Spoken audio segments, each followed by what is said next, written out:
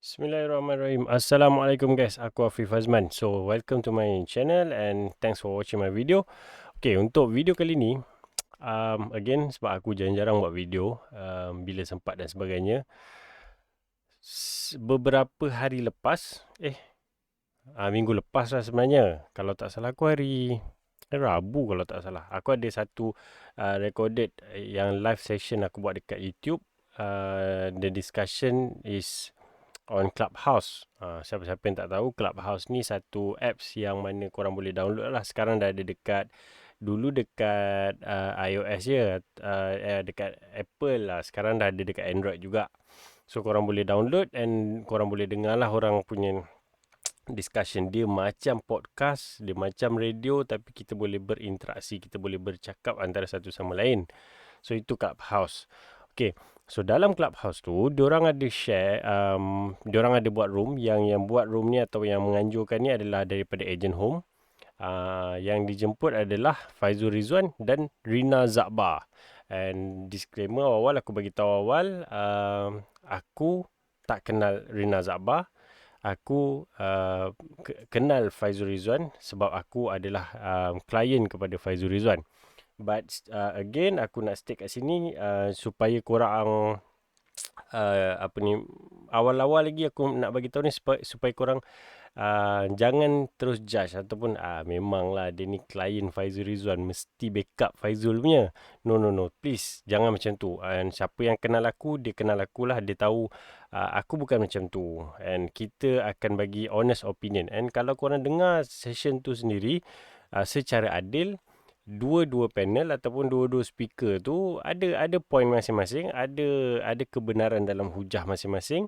Ada yang kita boleh setuju dan ada yang kita tak perlu setuju. And either korang menyokong Rina Zakbar ataupun korang menyokong Faizul Rizwan, tak kisah.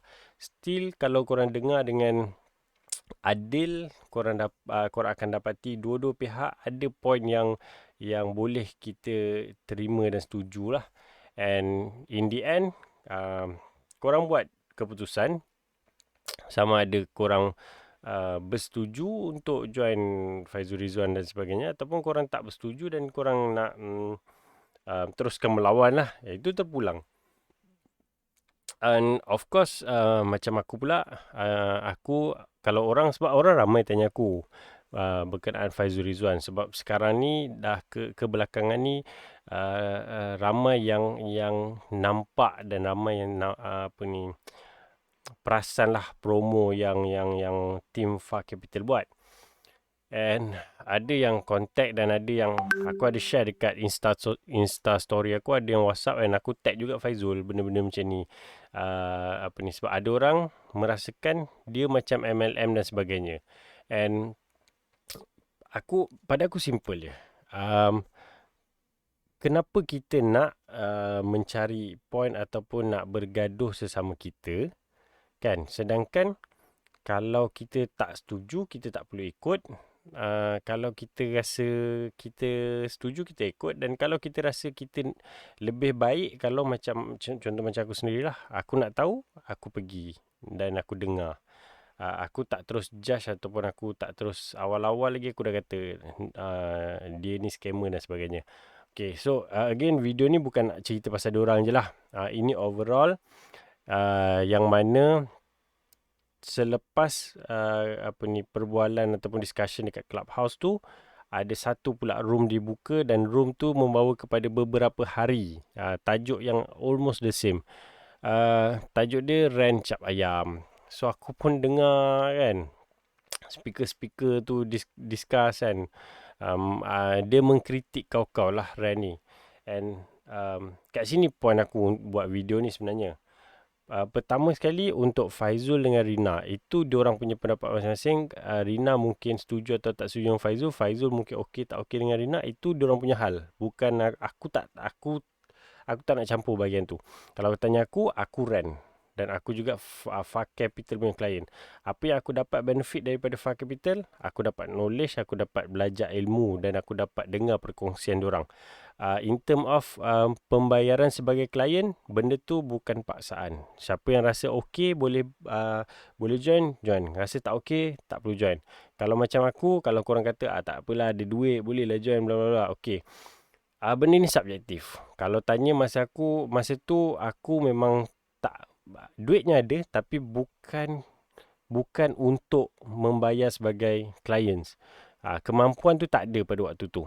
Sebab aku memang kau duit memang tak adalah. Adalah saving sikit-sikit sebab saving tu aku dengan wife dulu masa kita bertunang tu kita start kumpul duit, and wife aku dia buat dia punya saving pun dia masukkan ke dalam akaun aku. So duit tu yang aku gunakan untuk join as a Far Capital clients. Lepas tu lepas tu aku ganti balik lah duit tu kan. Aku pakai duit wife aku tu, aku gantilah balik. Cuma nak ceritakan, aku dah sampai tahap macam tu sekali, itu bukanlah satu benda yang aku ada luxury untuk aku spend suka-suka hati. Tapi aku take the risk sebab aku kata, mungkin aku boleh belajar sesuatu. Mungkin aku dapat benefit sesuatu. So, aku join as a client. Korang rasa kalau korang rasa dia scammer, korang rasa dia ni MLM, korang rasa all sort of negative things yang korang rasa, korang ada dua pilihan. Satu, korang boleh dengar dulu apa-apa webinar free yang dia buat, ataupun korang boleh search kat YouTube dan korang boleh join, ataupun korang tak perlu join langsung. Abaikan. Kalau in term of korang nak buat investment, korang nak beli hartanah, ataupun korang ni sebagai rent, korang boleh buat urusan korang dan pedulikan Faizul Rizwan and the team. Biar diorang dengan siapa yang nak ikut dia. Korang buat cara korang. Dan korang pun boleh buat dengan cara yang sama. Sebab kalau lah Faizul boleh gunakan dia punya medium dan platform and the team untuk buat apa yang dia buat sekarang, korang pun boleh buat apa yang dia buat sebenarnya. So bersaing secara sihat. Untuk aku tak ada masalah sebab aku pun rent. And aku benefit from, as a rent, aku nampak satu perspektif sebagai rent, dan aku join as a client, aku nampak satu perspektif as a client, dan aku juga seorang pelajar di Institut Penilaian Negara, InSpan, aku nampak satu perspektif yang berbeza juga. So, korang buat cara korang. Cuma tak perlulah kita nak bergaduh dan mengkritik. Agree to disagree. Korang tak setuju, dah itu. And then lepas pada tu, kes pasal rent Cak Ayam. Aku sebenarnya macam lantak lah korang punya apa ni, diorang punya, bukan korang okey. Diorang yang bincang dalam tu kan. Diorang apa ni, nak cakap Cak Ayam ke apa benda ke, nak kritik ke, itu masing-masing punya pendapat. So pada aku tak ada masalah pun. Cuma kalau diorang boleh bersuara menyatakan yang rent Cak Ayam, aku pun ada hak juga untuk bersuara yang mana aku adalah rent. Mungkin aku tidak diterima sebagai wakil suara rent, tapi aku bercakap ni atas pendapat peribadi aku. Sebagai rent, tak adil untuk kata rent ni rent Cak Ayam. Sebab yang pertama sekali, rent ni adalah bidang yang profesional. Yang kedua, untuk berdaftar menjadi rent ni, korang perlu melalui beberapa fasa. Macam contoh, korang kena daftar dengan agensi yang berdaftar. Korang kena join negotiator certification course 2 hari. Pada aku, negotiator certification course 2 hari tu pun dah cukup bagus daripada segi input dan perkongsian yang diberikan. Tapi kalau korang yang datang, diorang siapa-siapa yang datang dan tidur, tak fokus dan sebagainya, korang tak dapat ilmu tu, takkan kita nak salahkan rent. Kan, semua orang pergi sekolah, tapi tak semua orang dapat A, tak semua orang berjaya, ada juga yang gagal. Takkan yang gagal tu salah cikgu tu, kan? So sama juga dengan industri. Takkanlah ada rent yang mungkin pengalaman diorang jumpa rent yang pada diorang Cak Ayam, terus semua rent kena. So tak adil. Sebab benda ni contoh minta maaf cakap, aku bukannya benci polis dan sebagainya. Bukan, aku sangat sayang dan aku ada ahli keluarga sebagai polis dan aku juga ada kenalan kawan semua polis. Ini just sebagai contoh je. Baru-baru ni kalau korang tengok dekat sama ada YouTube, surat khabar dan sebagainya, ada ketua balai polis yang ditangkap kerana buat parti dekat balai adalah kat satu tempat ni. So takkanlah semua polis kena. Takkan semua polis kita nak cakap macam tu. Tak, sebab aku ada kenalan yang ramai sebenarnya yang lebih baik. Dan mereka ni baik dan mereka ni ikhlas. Macam cikgu juga. Ada orang cakap cikgu ni orang kritik kau-kau. Dan aku ada kenalan aku yang cikgu, ustaz dan sebagainya. Waktu PDPR ni mencabar babe. Diorang keluarkan modal diorang buat setup diorang ajar anak-anak murid, diorang buat effort diorang dan sebagainya. Memang kalau korang tak kenal, mungkin korang tak nampak. So tak adil lah untuk kita pukul semua. Sama juga dengan rent. Pada aku tak adil untuk diorang cakap semua rent cak ayam. Kalau ada rent yang bermasalah, yang tidak beretika, that's why ada LPPEH. Kalaulah orang yang menguruskan urusan harta tanah, transaksi jual beli tanah korang tu, dia tidak memiliki ataupun tidak berdaftar sebagai sama ada REN ataupun PEA ataupun REA, korang boleh buat report dekat polis. Tapi kalau dia ada daftar sebagai REN, PEA ataupun REA, salah satu daripada tiga ni, kalau dia buat salah laku, masalah etika dan sebagainya, korang boleh lapor kepada board. Okey. Kenapa? Supaya board membuat siasatan dan kalau betul sabit kesalahan, mereka akan dikenakan tindakan tata tertib lah. Okay, that's why kita jangan cakap je. Kalau betul kita ada pengalaman dengan rent-rent yang bermasalah ni, kita kena laporkan. Tapi so far, pengalaman aku jumpa kenalan aku dan tim aku dan sebagainya, kawan-kawan tempat aku belajar, semua rent, semua okey. Semua bagus-bagus, baik-baik. Ada yang kaki surau, ada yang kalau kita orang dengar dia punya sharing tu, rutin dia, aku pun tak dapat nak follow sangat. Kadang-kadang keparit juga. Ada seorang ni, dia punya sharing ni aku dengar, setiap pagi, sebelum waktu PKP dulu, setiap pagi subuh dia akan ke masjid bawa anak. Selepas selesai subuh, balik rumah mengaji dengan anak dekat rumah. Sekarang PKP tak boleh, just subuh jemaah dengan keluarga dekat rumah. Habis tu macam biasa rutin baca Quran. Aku cuba juga kadang-kadang tertinggal. Rongak jugalah, tapi aku cuba. I try my best. I do my best.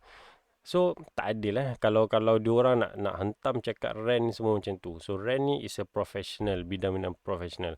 Dan pada mereka pula, masyarakat contohnya, korang kalau rasa korang tak memerlukan rent, korang jangan pakai rent. Tak perlu pun. Tak ada kewajipan untuk korang mendapatkan khidmat rent untuk menguruskan transaksi jual beli rumah. Tapi on the other hand, kalaulah lantik rent ni, ianya memudahkan.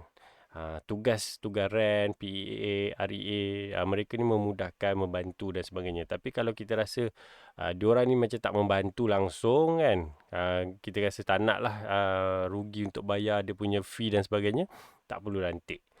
Kalau korang memerlukan khidmat tu, korang boleh lantik. Dia macam korang kat rumah kan, korang rasa korang boleh masak sendiri. Tapi kalau merasakan tak sempat dan sebagainya, boleh order dekat kedai. Dan sekarang pula ada perkhidmatan penghantaran macam Foodpanda, GrabFood dan sebagainya. Tu pun kalau tak perlu, boleh pergi sendiri ambil. Tapi kalau rasa korang memerlukan, contoh macam aku dalam situasi ialah nak kena jaga anak tiba-tiba, kan kalau keluar, siapa pula nak jaga ni kan, apa semua dengan rehat tak cukup dan sebagainya, dengan kerja pun tengah banyak, kadang-kadang meeting straight, Zoom meeting daripada pagi kadang sampai malam, nak keluar tak sempat. Kalau aku ada kelas aku contoh hari Sabtu tu, kadang tak sempat nak bergerak langsung. So wife pula tengah sibuk nak jaga anak dan sebagainya. So apa yang kita orang buat? Kita orang order COD. Kita orang menggunakan khidmat tu. Of course ada charge dia, tapi kalau kita expect nak tak nak bayar dia punya fee tu, kesianlah juga orang yang hantar servis tu, yang buat servis tu, dia orang ada kenderaan yang dia orang nak kena maintenance, isi minyak dan sebagainya.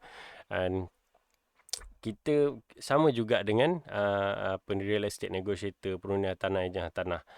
Mereka ni mengenakan fee ni bukannya untuk membeli Mercedes.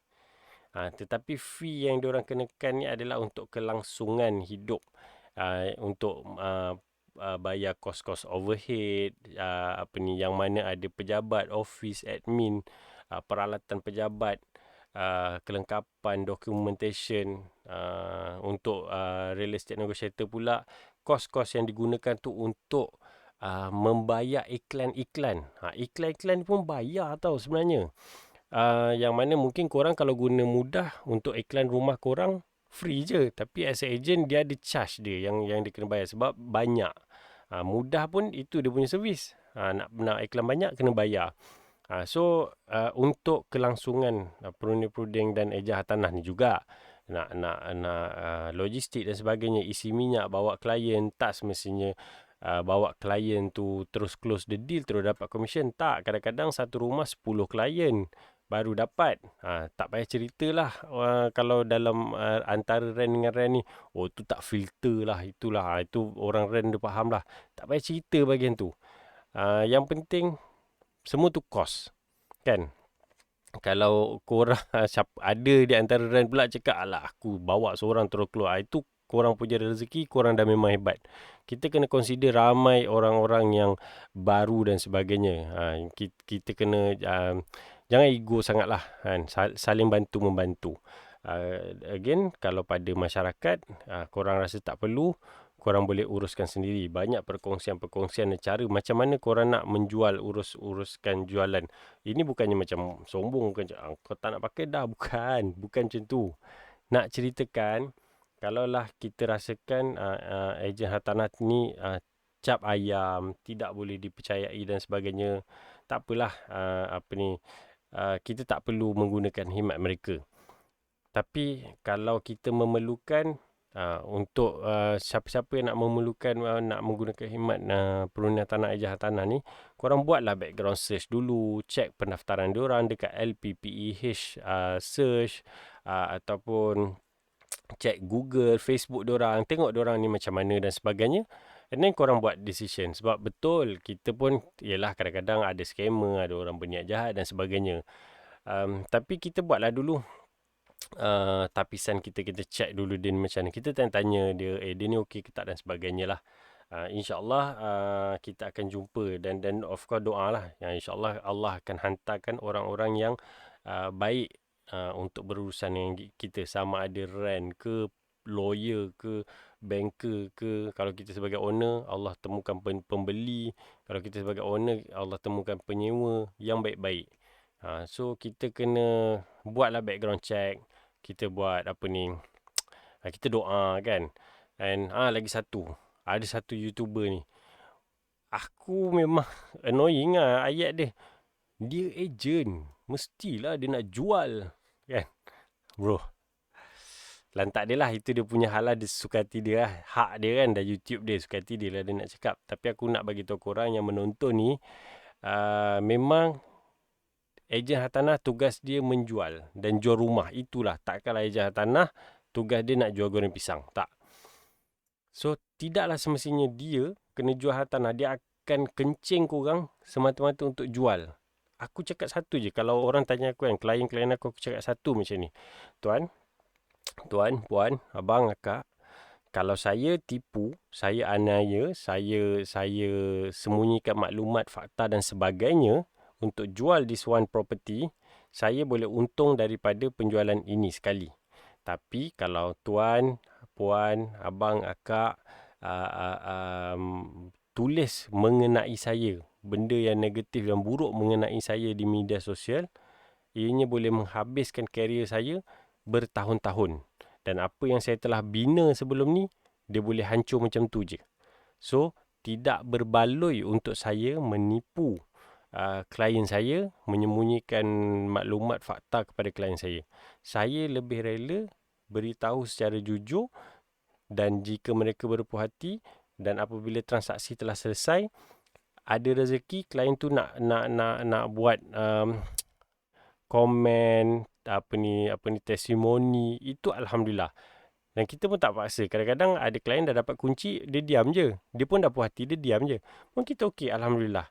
Macam kita family kan, duduk satu family makan kan, dah makan diam je kan. Diam tu bukan bermakna kita tak sedap atau apa. Dah sebab sedap makan, tahu dah habis, pergi dapur basuh pinggan, susun, sambung buat kerja. Bukan kita tak menghargai. Kadang-kadang kita terlupa. Macam tu juga ada klien terlupa untuk nak cakap terima kasih, ataupun nak bagi tahu okey ejen ni bagus dan sebagainya. Sebab tu korang tak nampak sangat. Tapi ada juga yang klien-klien cakap okey boleh berurusan dengan dia ni bagus dan sebagainya. Alhamdulillah. So again aku cakap, kalau korang yang mendengar yang assume ejen mesti nak jual. Guys, kalau aku buat macam tu, aku mungkin dapat jual lah 1, 2, 3 property. Mungkin setahun lah aku dapat. Ataupun kita nak tipu orang tu, kita tipu berlainan orang, mungkin setahun 2 tahun lah maksimum. Tapi takkanlah kita ni nak buat setahun 2 tahun je. Macam aku baru 30-an, awal 30-an. Takkanlah aku nak bedah 2, 3 tahun je. Umur aku 40, nanti aku nak makan apa? Jual kereta pula. Lepas tu aku buat benda yang sama, tipu orang. Lepas tu aku tukar produk pula, jual insurans. Aku tipu lagi orang, tukar lagi. Takkanlah macam tu, kan? Bukan nak cakap yang jual kereta menipu, yang jual insurans menipu, bukan. Diorang pun bagus. Cuma kita kena buat due diligence kita lah. Kita kena tanya, buat semakan. Kita pun kena belajar jugalah. Janganlah serah bulat-bulat. Yang tu betul. So, itu saja untuk video kali ni. Panjang juga ni aku rasa. Okay. So, apa-apa nanti insyaAllah kita jumpa pada video yang akan datang. Korang boleh komen, teguran dan sebagainya, supaya aku dapat improve dan perbaiki lagi untuk pada masa-masa yang akan datang. Right. Assalamualaikum.